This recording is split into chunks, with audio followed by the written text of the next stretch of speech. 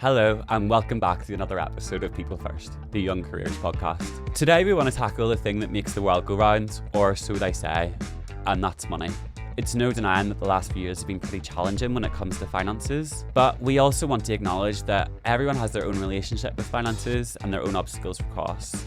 To help me in this discussion, I'm joined by the incredible Kia Commodore, founder of financial literacy platform Pennies to Pounds. Kia is also the author of upcoming book, How to Handle Money.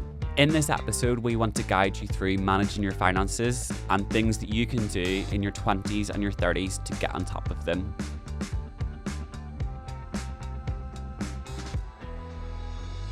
Welcome to the podcast, Kia. Thank you for having me, Jordan. I'm super excited. Yeah, I'm delighted to have you as well. What we obviously want to do today is give listeners a bit of a crash course in money management, maybe debunk a few myths or talk about a few scary things. But how I always like to open the podcast is, what was your first job? My first job. And I mean the very first job. Very first job. Now, this was a funny one. I had friends who did work experience and a lot of them would get a job straight after work experience. Yeah. My mum worked in a school, so I worked in a school. Obviously, there's no job I can get as a school age. So I worked really hard, spent a year applying. I finally got my first ever job working in McDonald's. Amazing. My first Honestly, job. And I worked hard. Yeah, you worked hard for the money in there, yes. 100%. 100%. And how long did you stay for? I stayed for about a year and a half. Yeah. I was on £4.35 an hour. That's etched in my brain. I worked hard for that money, honestly. So if you want to know if I know about hard work, I know about hard work and having to work to earn that money. Yeah. 100%. I totally get you. I've spoken about it before, but my first job was in Topshop and I did that whenever I think I was maybe first year of A-levels or something like that. I got paid £6.31 and I thought I was a millionaire. I'm not even joking. Like, it wasn't having a great job going there, but like, I just remember feeling like that was thousands of pounds at 16, you know? So it is, though. Yeah. At that age, you have no bills. What are you paying for? It's loads of money. No, 100%. So, yeah, I just think looking back at times like that and then the jump that we've obviously went to, we definitely worked hard for our money. So, like I said, what we want to do is give a little crash course in managing finances early in your career. So, my first question in that would be, how big of a priority should financial literacy be to us, someone like me at this stage? Maybe they're in their late 20s, early 30s. And what does that actually mean? So financial literacy should be a very big priority. Now, when I say this, I don't want to scare anyone and who may think I didn't get taught it at school. We didn't, right? I know I definitely didn't. Me either. And you know, sometimes people think, well, it should be the onus on your parents. If your parents don't have that education, they can't really pass it down to you. So wherever you are right now, it is very big. And the reason is it makes the world go round. Whatever you do, at some point, I don't think you can go through an entire day without transacting some sort of money, whether you're buying something, whether you're sending money to someone, you're always going to have to use money, which is why it's so important to understand financial literacy. When we go to school, we know it's important to understand English, math, science, all the things. And people will say half the things you don't even use when you get older. Yeah. But it is still important to have that foundation so you know how the world works. The same is with money. What I would say, though, is going about that doesn't have to be scary. And I know we speak about this all the time. Money is this taboo topic. And if you don't know, you kind of like want to stick your head in the sand and not think about actually understanding your money. But it is crucial to take those baby steps, whether it is reading an article, listening to a podcast like this, but just taking those small steps to improving your finances and your financial literacy to understand what you need to do to get to whatever goal you have in life. Yeah. And looking back, what was the deciding point whenever you wanted to set up Pennies to Pounds? What was it that made you make the jump? So I had been creating finance content for a while. When I was at university, that was probably my first major step. That's incredible. I had run businesses before, so I was running businesses back in even as early as primary school. I was selling things, making money. So I always had that business acumen from young. But it was university when I got there, I assumed, Freshers Week, you have all these things about how university works, you have all these parties. I thought, right, we're going to get some sort of education on budgeting. Because for many people like myself, I lived away from home. This is the first time managing bills and it never came. But because I had acquired that growing up and my parents were quite instrumental in teaching me, my friends would come to me. I said, Kia, how do I budget? How do I manage my money? So I'd help my friends and I realised, you know what, there's probably other people our age who are also struggling. So started creating content on YouTube, kind of put a pause on that during my studies. Then in my final year, I was working at Apple part-time to supplement my, my money whilst studying. And they helped to buy ISA. The time was closing, and at the time was a vehicle to help you get in a property ladder for the first time. Yeah. And all everyone knew was my mum said I need to put £1 in there. Yeah. I don't know what it means. Actually, £1 before it closes. So I created a Twitter thread to demystify what it means and how you can use it to benefit you. That went viral. People wanted more content in a jargon-free manner. And then Pennies Pounds was shortly born. You have to give the people what they want. I have to. How can I deny them? 100%. And I wish that was me back in the day. You know, I remember that going to uni, being given a lot of money at once and our student loans and stuff, being expected to work with it. And I'd never had any advice on money, you know. I've made mistakes with money, you know, gotten into debt before, and it's probably to this day, something I think about all day, every day, you know. And even now that I'm in a position where, you know, I make a living that's probably more than my parents ever thought of, or I ever thought of, I still worry about it constantly. It's constantly in the back of my head. So that's why I'm really looking forward to having this chat with you, to be honest. And I said as soon as you came in, like, I'm the worst person to be talking to about money management. So let's it's going to be a good conversation. And I'm excited to talk about it. 100%. So first of all, I guess from a knowledge point of view, do you have any stats or anything about how many people have savings, how many people maybe are fully focused on this or anything like that? Absolutely. So if we look at savings, and this is across all age groups in the UK from 18 up to about, 70 odd. So around 16% of the UK population have no savings at all. This is according to Finder. 16%? Yeah, according to Finder.com, 16% have no savings at all, right? So if we go up a bit more, 25% have less than £200 in savings. And then we go up again, just under half of the population have less than £1,000 in savings. Now, if we kind of break that down, there were some more stats around, I believe the age demographic was between, I think, about 18 to 34. Yeah. So the average amount that age group has saved is £234. £234? Yes. Okay. But I think actually that might actually bring in the older demographic. Yeah. So we kind of focus it down to kind of like Gen X. Okay, sure. Then the average is £76 in savings, which is low. I think when you say those numbers, it's like, that's a lot, especially when you find out how people have no savings whatsoever. However, when I speak to people, I speak to my friends, I speak to people, you know, when it comes to pennies to pounds, that is not that surprising because we've got the cost of living. Things are very hard, you know. Yeah. We have the older generations telling us, oh, you just stop buying coffee, leave avocado toast and you can afford to buy a house. And we know, we live this reality. It's not the case. Yeah, 100%. So it's not that easy to put away money. However, I think there are things that we can do to slowly start changing our mindsets, because I remember speaking to my friend recently and they didn't have any savings. And I said, you know, but what if something happens? What if, unfortunately, you become sick? What if something happens and income just stops? Because a lot of people are living paycheck to paycheck. And they could afford to put some money away. And I know that because they were spending on other stuff. So I know they could afford to put some money away. But they said, oh, life's for living. And that's often the phrase I hear a lot. But it is just making those small changes and putting away a small amount that says £50, £100, putting a little bit away, because you never know what happens. Of course, yeah. And you mentioned your friends, and obviously you're an expert in it, but would you find that there's a lot of like transparency and honesty amongst your group of friends when it comes to talking about money and things like that? So, unironically, I'd probably say everyone comes to me. Okay, so yeah, everyone's very transparent with me. Like, I can tell you, all my friends, how much they're earning, how much they're saving, if they're investing. I know everything, but they don't know anything about each other.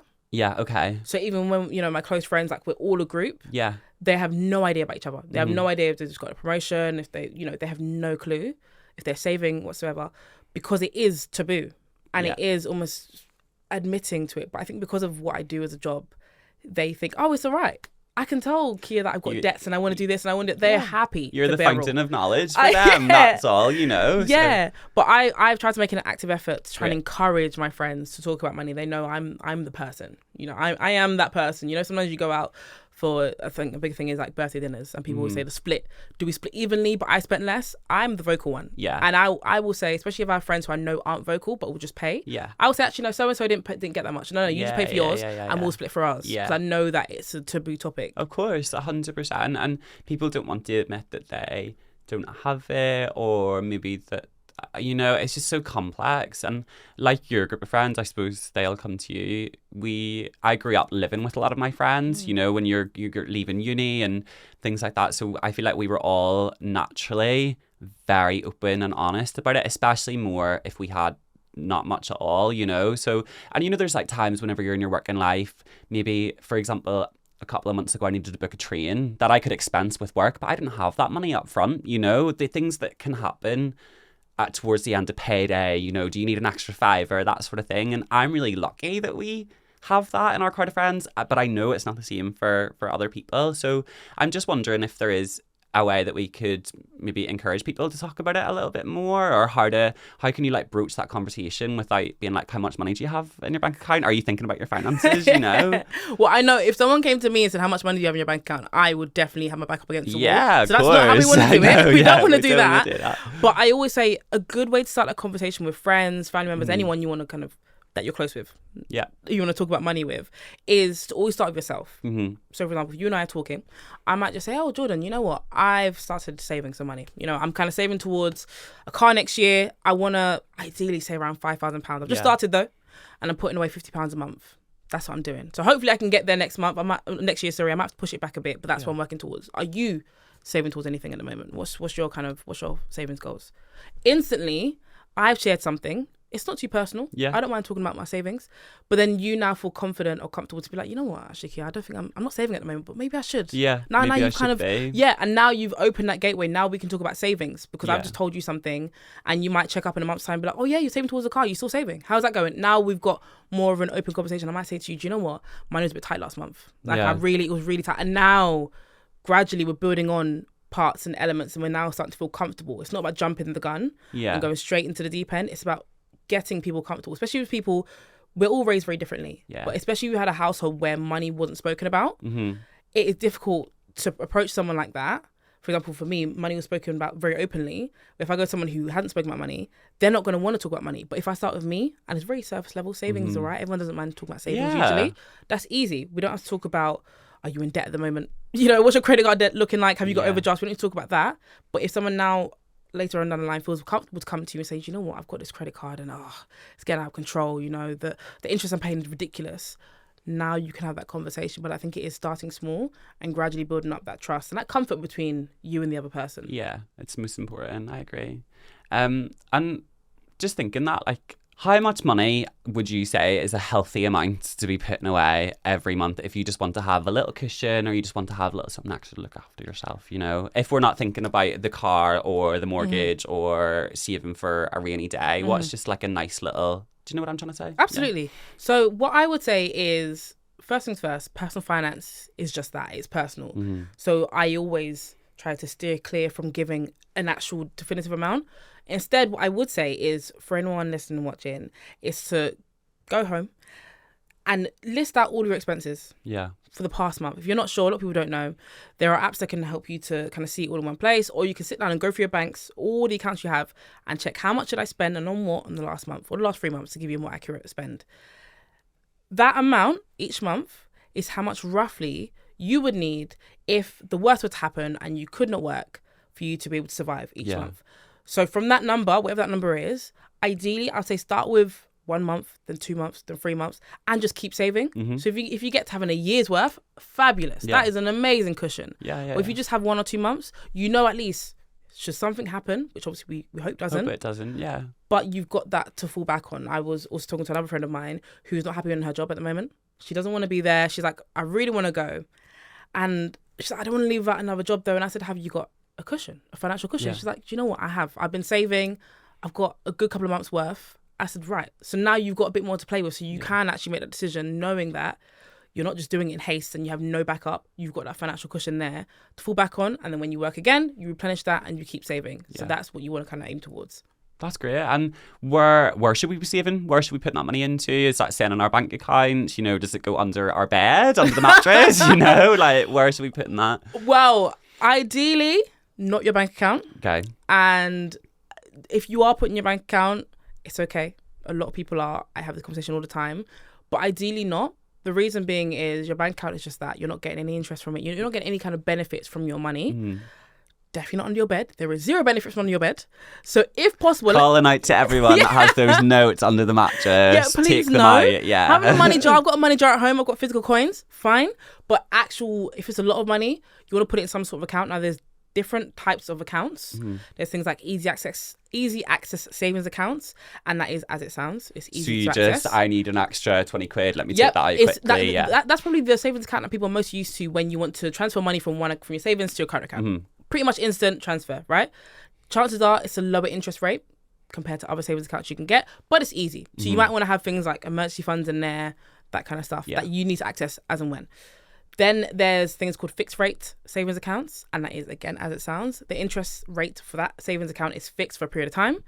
We've seen interest rates go up and go down. We've had a lot going on in the economy.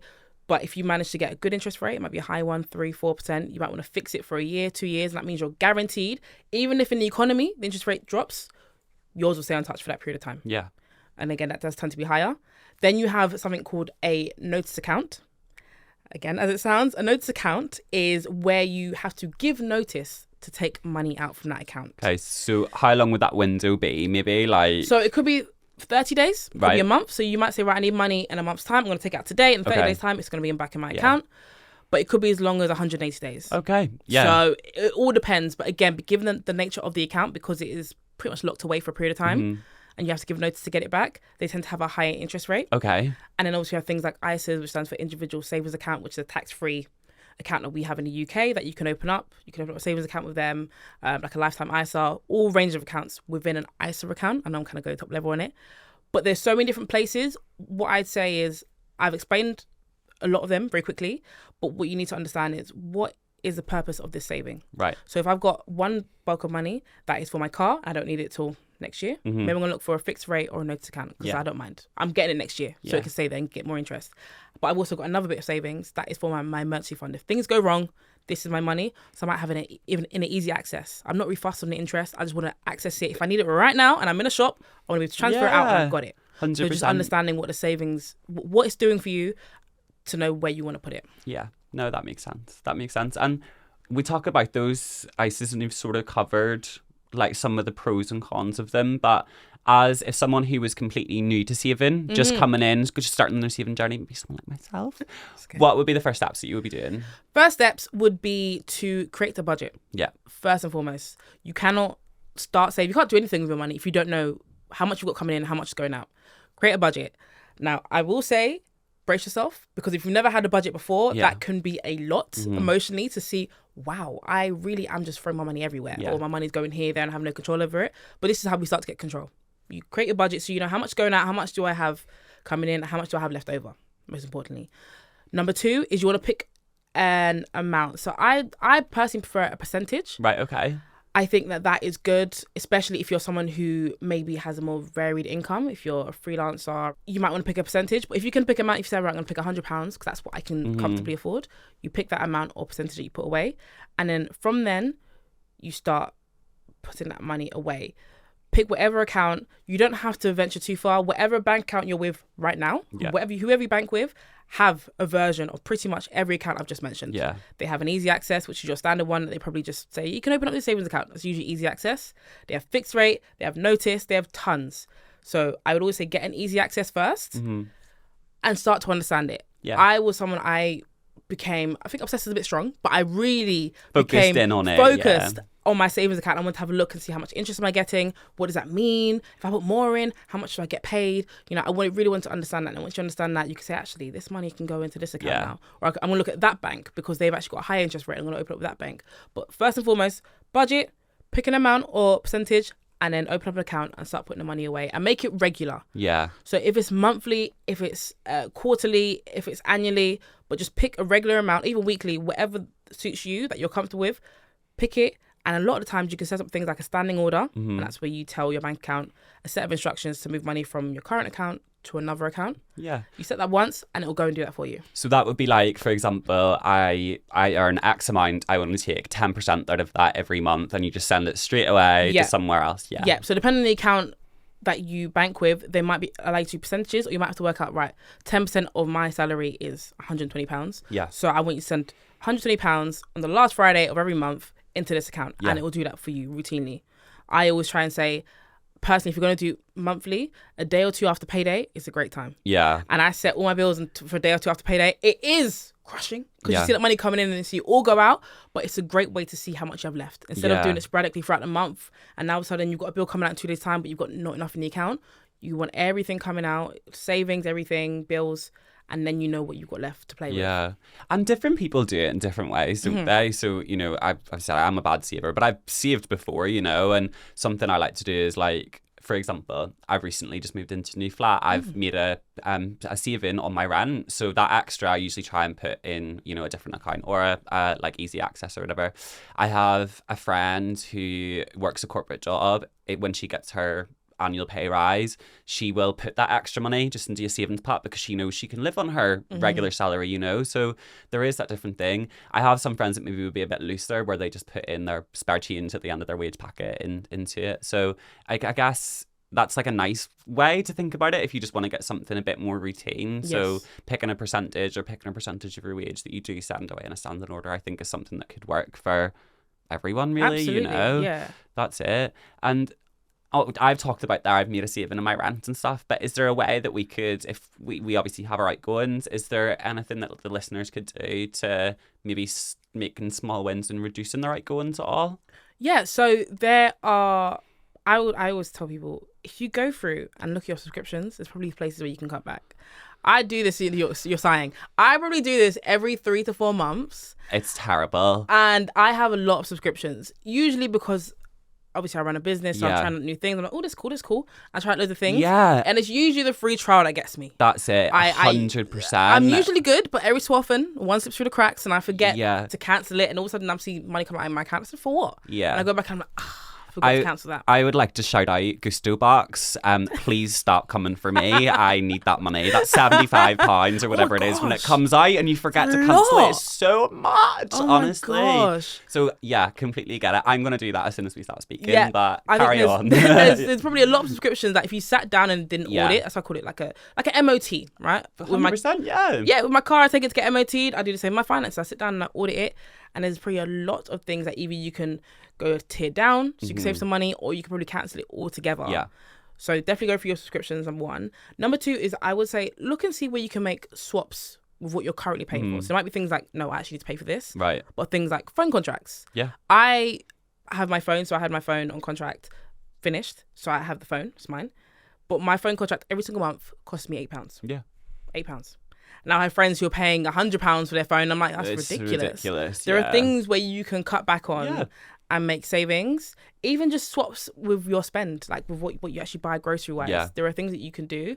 And then that extra saving, like you said, you can put away and put into a savings pot. And it might seem like nothing, it's only a couple of pounds, only £4 from the subscription I cancelled. Yeah. But £4 over the course of a year is a fair bit of money. It adds up, right? It definitely does add up. And if you keep doing it here, there and everywhere, that money does add up. And then at the end of the year, you can say, oh, I'm going to treat myself to X thing because I managed to save, I don't know, £100. You've done well. Yeah, you've done well. And I think personal finance, and one thing I'd like to kind of hammer home to everyone listening and watching is that when we talk about things, I know we're talking a lot about, right, you should do this, you save, but you should also reward yourself. Yeah. Because it is a journey and it is a process. And if you reach a certain goal, you're like, I want to save, I don't know, £1,000, and you reach your first £1,000, go and treat yourself to that nice coffee that you usually cut out. Go and have it. 100%. Because you reached that goal, and that will keep you motivated to keep going on that financial journey that you're currently on.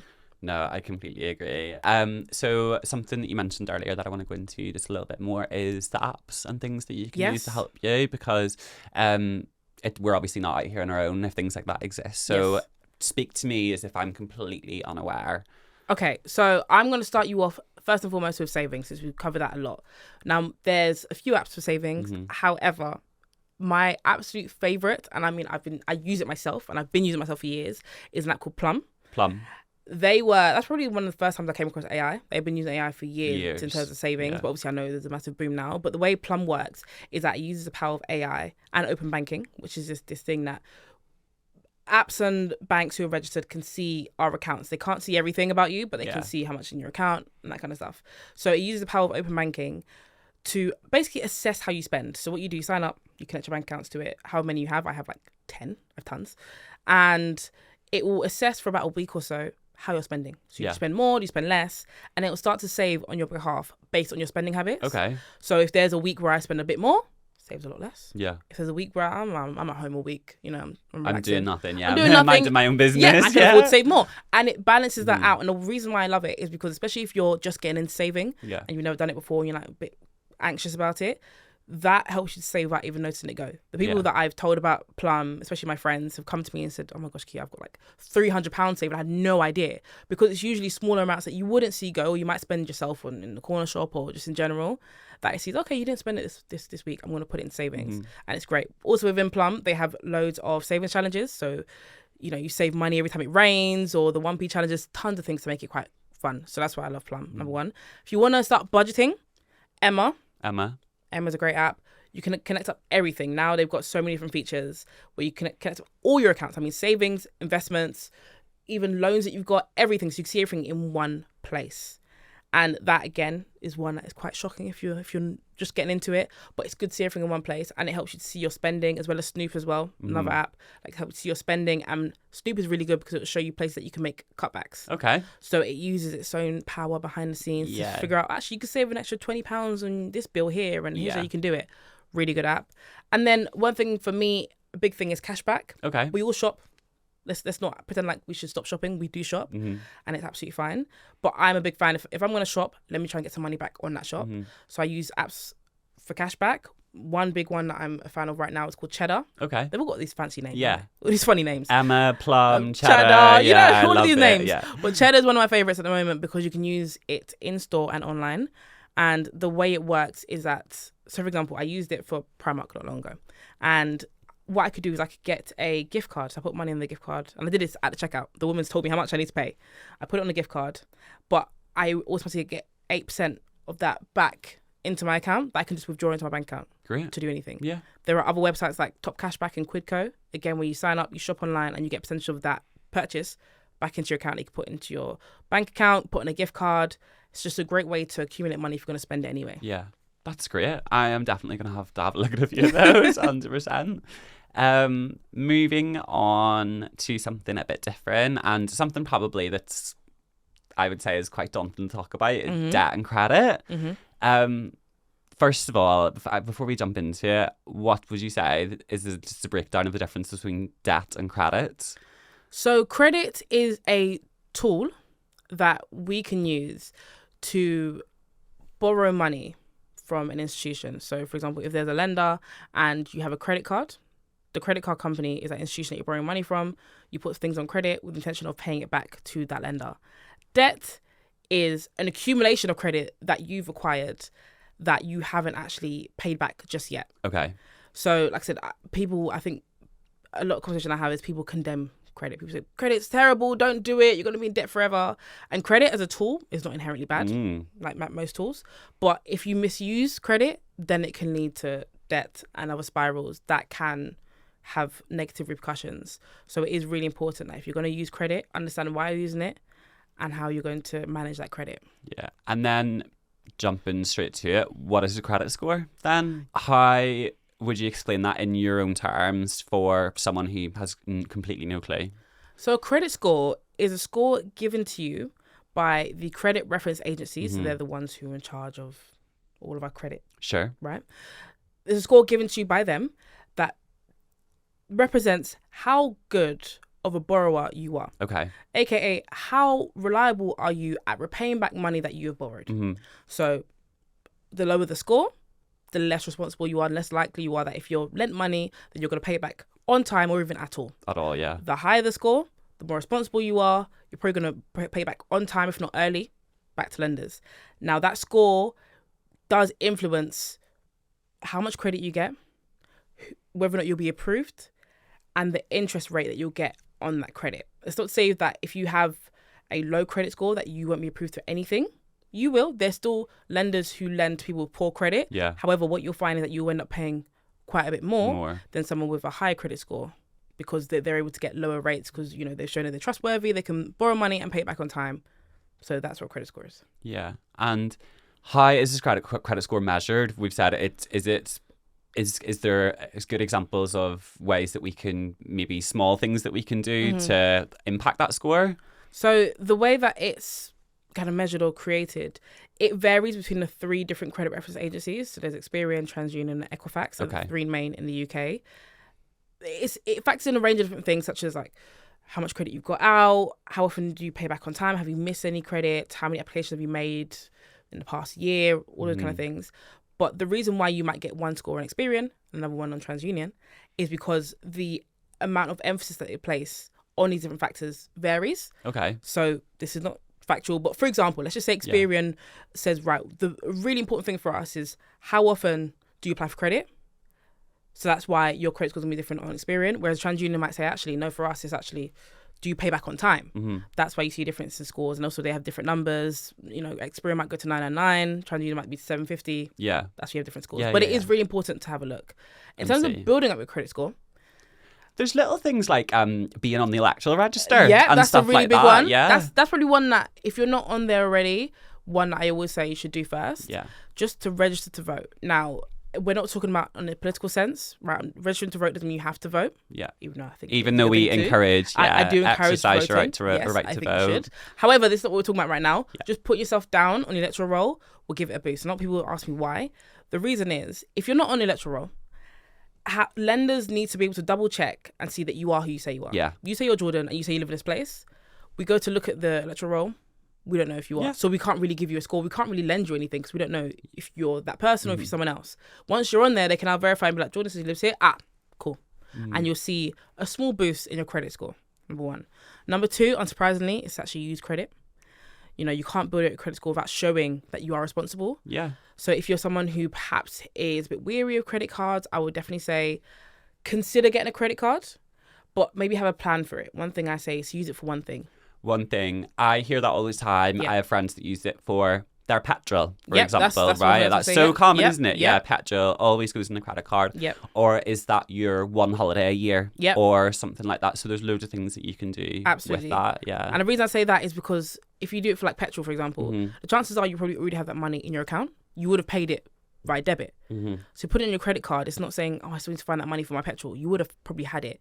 So if you really got that money, put in your credit card, then you know you can pay it at the end of the month because the money's sitting there anyway. Yeah. So it's always a good way to do it that way. So like petrol, maybe your weekly shop, one of those things that you typically always do. That's a really, really good idea to think about it as well. Yeah. And like your phone bill as well. That's another thing as well that builds it up, isn't it? Absolutely. I think people don't realise that phone bills is a line of credit. There's a reason why, if you think back, I know I thought back after working at McDonald's, about 17, my dad was like, right, Kia, you're old enough, you're working, phone bill in your name. But I couldn't get it for a year because I had no credit. Yeah. Because I'd never had anything. So I had to go with my dad for a year to kind of build that up in my name. And then I could get my own. But again, your phone bill is one. So people don't realise if you don't pay your phone bill on time, that does have an impact as well. Yeah, not even that. I have friends that still pay their dad for their phone bill. Really? Do you know what I mean? Or it still comes out in their name. Like, take out your own phone bill if it's one thing that get your dad to send you the money instead if he wants to pay for it, you know. And see things using things like Klarna and ClearPay and all those like seemingly amazing tools. Is there a dirty truth behind it all? Are they negative to use? Frighten me here, you know. Frighten you, okay. So buy now, pay later, as you described, Klarna, ClearPay, Lay-By. Zilch, there's tons. I can't even keep up with all the names, right? There's loads. Inherently, like I said, like credit, it's a form of credit. It's not inherently bad, right? And I've done some work with buy now, pay laters to kind of increase that education to people to understand what they're using. I don't think it's inherently bad. However, I think for the last year or so, they've started reporting to the credit reference agencies. Initially, you know, I think around 2020 was when I was kind of first getting that conversation. They weren't actually reporting, which meant that people were telling me they're using Klarna, ClearPay to put up their credit score. And I said, well, they're not telling Experian that you're using it. So it doesn't affect you positively or negatively. Yeah. However, now they are. Right, okay. So if you are someone, and if you want to be scared, and you're someone who regularly uses it, I would encourage you to go and log into any one that I mentioned, whether it's Experian, anywhere, and have a look at your credit file. Have a look at your open accounts. And if you use Klarna 4 times this month, you'll see every single one show up, and that will impact your credit score. The more times you use it, even if you just think, I'll just use it on a £20 delivery. Yeah. I just had to buy £100 worth of clothes, and every single one, and it shows up as a new account. Okay. So what you want to be mindful of is you don't want to open up too many new accounts in a year, which is Mhm. why we don't open up 5 different bank accounts in 1 year. Yeah. You don't really do that. Yeah. Because otherwise banks will start to wonder what's going What's on. happening, You know, yeah. can you not manage your money? But so if we don't do that, you might open up 1 account a year because we know that. But if you're doing Klarna 2, 3, 4 times a month, that's 4 accounts Mhm. every month. That's going to negatively impact your credit score. Yeah. So it's just worthwhile thinking about it. And if at some point you want to get a property or a massive purchase like that, these lenders are going to do an affordability, test of you, and they're going to run through and look at your expenses, and they're going to say, well, you use buy now pay later 4 to 5 times a month. Is there an issue with money? That's really going to factor in, and they will go back and see for the past year how you've been spending. So it is very mindful. Just be very mindful. What you're using it for? Do you need to use it? Yeah. Did you need to buy it right now? Yeah. You know? Or can you just pay later? We can just wait. it. If he's going to pay later anyway, let's just wait 30 days and pay it. Yeah, I get you. And from that, then I think it's a nice caveat. What would you say to someone? What can you say to someone that is in debt? Do you know what I'm trying to say? What I would say is, and I'm saying this to someone who has been there before. I've been very open about my debt journey. When I was in university as well, not student loan debt, personal debt. But what I would say is, number one, don't feel bad about yourself. Don't say I'm a horrible person, I'm terrible. You're not, right? Everyone goes through ebbs and flows, especially if you're not taught it. How can you know any better? 100%. So don't knock yourself about that. Number 2 is take your head out the sand. And I know if you're in debt, the chances are you're probably saying, la, la, la, la, la. Yeah. Let's come through the door. You're probably throwing it into a drawer and not looking at it. Approach it head on. If you are struggling to pay things back, get on the phone. Talk to the lenders. The reason why they're chasing you up with so many letters is because you're ignoring them. They want their money back naturally. If I lend you £500 and you go ghost, hammering down my door. 100%. Yeah. But if you were in regular communication with me saying, hey Kia, it's a bit tight this month, can I give you £100? Yeah. I'd be like, yeah, fine. Because we've had a communication, and that's exactly what lenders are like. If you go ghost, they're going to come to you and say, hey, we want the money. If we're not going to hear from you, we're going to send bailiffs round to go and acquire that money because you've not said anything. The moment you open the line of communication, now they understand your situation. A lot of lenders have payment plans they can set up. A lot of, if it's energy bills or kind of like utility bills, they have things that they've got that might be able to help you. But it is just starting that line of communication. And if you think it's spiraled too far out of control, don't panic. There are places like National Debt Line, Citizen Advice that you could turn to that can actually help you put together a plan for free and help take that burden off you so you can kind of feel like you can breathe easy. And money worries is a massive thing. I know a lot of people have sleepless nights over it because they feel like they can never get out of it. And I'm here to say that you can. Yeah. It's just taking that first step.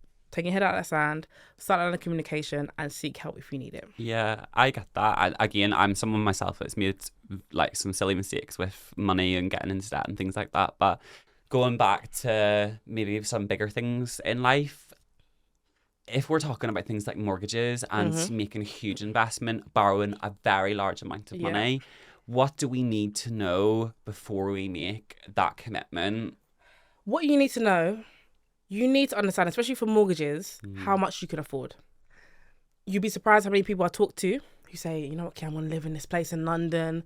Then you actually sit down, and I'm not a mortgage advisor, but if you just sit down yourself, you go on Rightmove anywhere and have a look and say, right, how much have things gone for?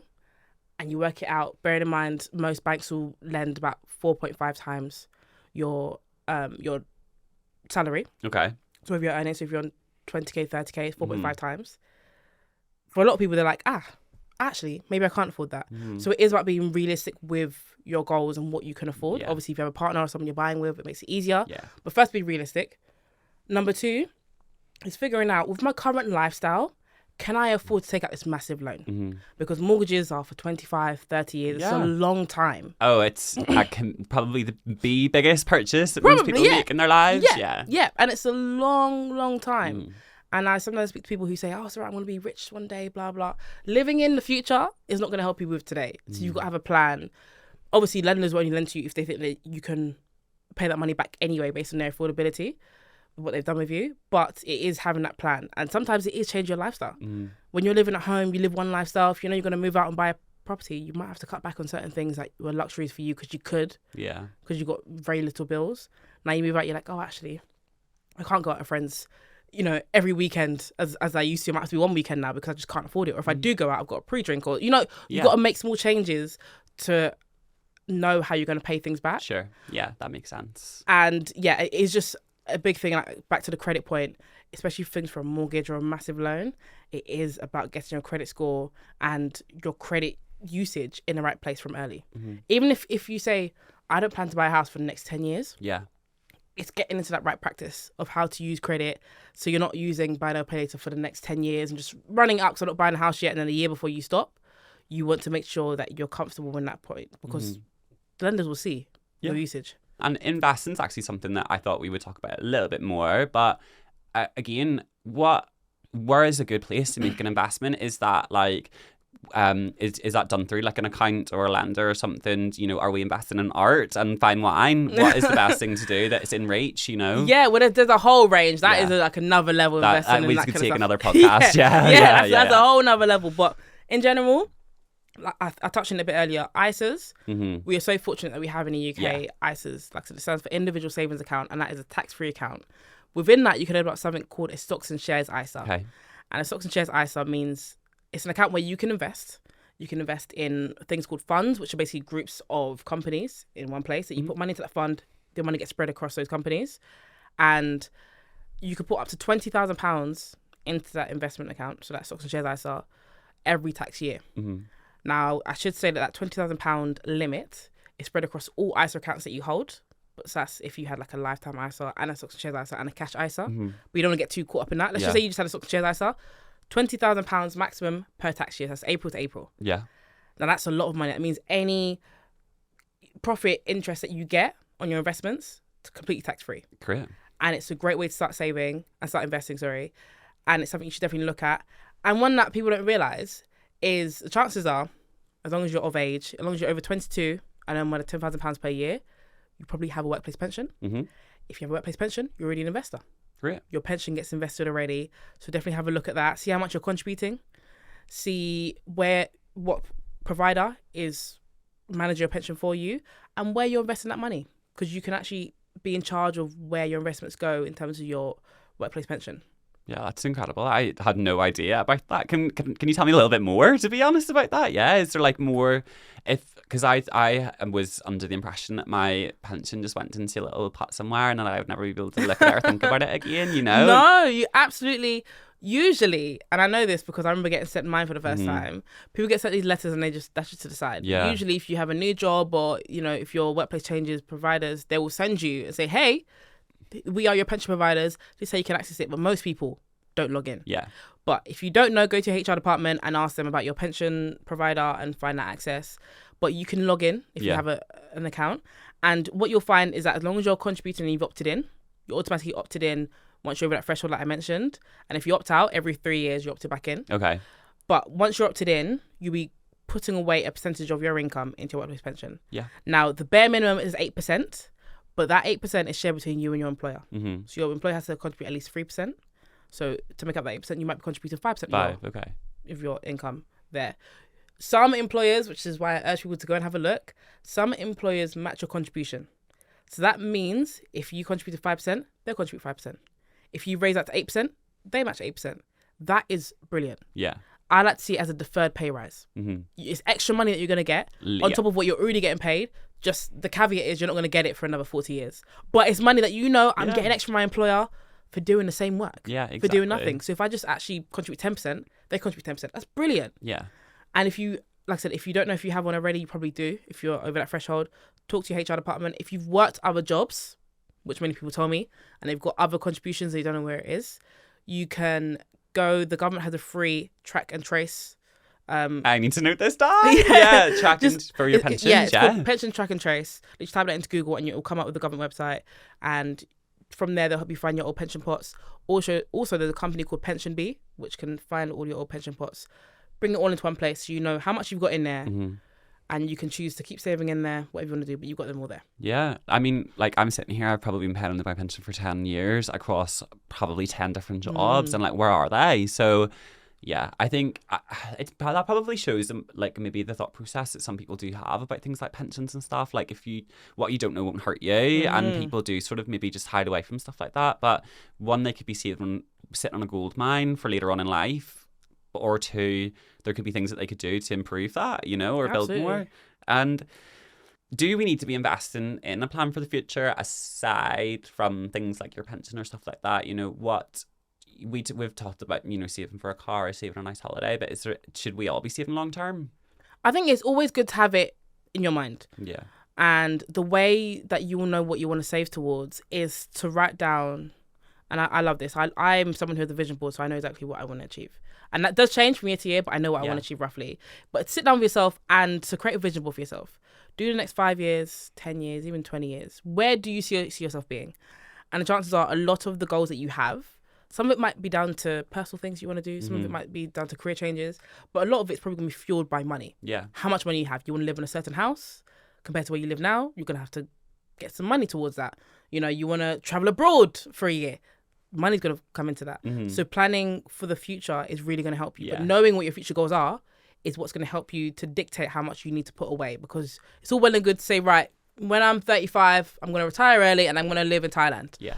Fabulous. Love that for you. But how are we going to get there? You're 22. How are we going to get there? Yeah. By 35. We've got to start putting that plan in motion, put money to the side, making smart investments to get to that point. Yeah.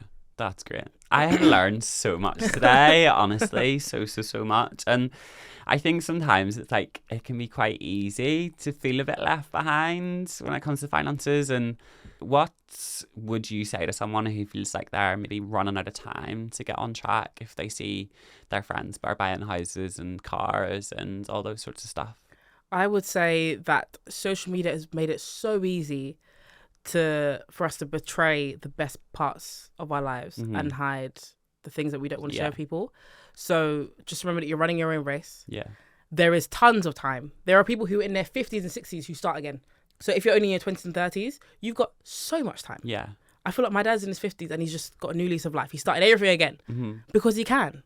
And everyone tells him, oh yeah, you're young enough to do that. Yeah. But then we feel super old and we feel like we're not doing enough. You're doing everything that you need to do for where you're at. But if you want to kind of give yourself that push, then you can start to make those changes, but don't compare yourself. Yeah. You know, I have friends who are married with kids, have their own property, and I used to look and be like, wow, Yeah. you know, what am I doing? But then you realize actually my path is completely different to theirs. Yeah. I'm happy for them, but I don't think I'd want their path. You know, I love it for them, but it's not for me. Yeah. And I know that I'm on the right path for me and I'm doing it at my right timing. Before I let you go, what is the healthiest financial decision that a listener can make this week? Be honest with themselves when it comes to their finances. I've said it earlier, one way to do it is to create a budget, but tackle something that you know, because I think everyone has something that they know that they probably should be doing with their finances, but they're just kind of just not looking at it. Whatever that thing is for you, whether that's not looking at your credit score, whether that's, you know, ignoring your credit cards, whether that is, you know, oh, I know I'm paying for stuff, I don't know how much I'm spending. That thing that you're putting off, confront it. Because the moment you confront it, you have a small window of being like, oh my gosh, this is a lot. And you come and you're like, actually, it's manageable. I can start to put together a plan. And then you're now in motion to make those positive changes towards your finances. Yeah, the thing that you've said today, Kia, that's really stuck with me is like, get your head out of the sand. I think that's a really, really good like closing message. You know, face it head on. It might be uncomfortable for a minute, but it's a good decision to make. I don't really want to let you go, but where can our listeners keep up with your work? I want you to give every plug that you can. So I just released my first book, as we mentioned. Congratulations. It's called, thank you. It's called How to Handle Money. It's available everywhere. Yeah, so you can get that. That has got a very, very comprehensive guide in there to like the beginner's guide to personal finance. So definitely would highly recommend having a look at that. If you want to follow more on my platform, it's called Pennies £2. That's TO pounds on everything. You can find us there, website. We've got articles, everything. And then myself, if you want to see what I get up to personally, it's IKEA, IKEYAH. Love that. And that's the end of today's episode. I just want to say a big thank you to Kia for joining us and for sharing so much useful information with us on financial literacy. As always, if you're looking for a new role, why not check out Brook Street online? There may just be a dream role waiting there for you. If you enjoyed today's episode, please share it with a friend and don't forget to follow us wherever you listen to your podcasts. See you later.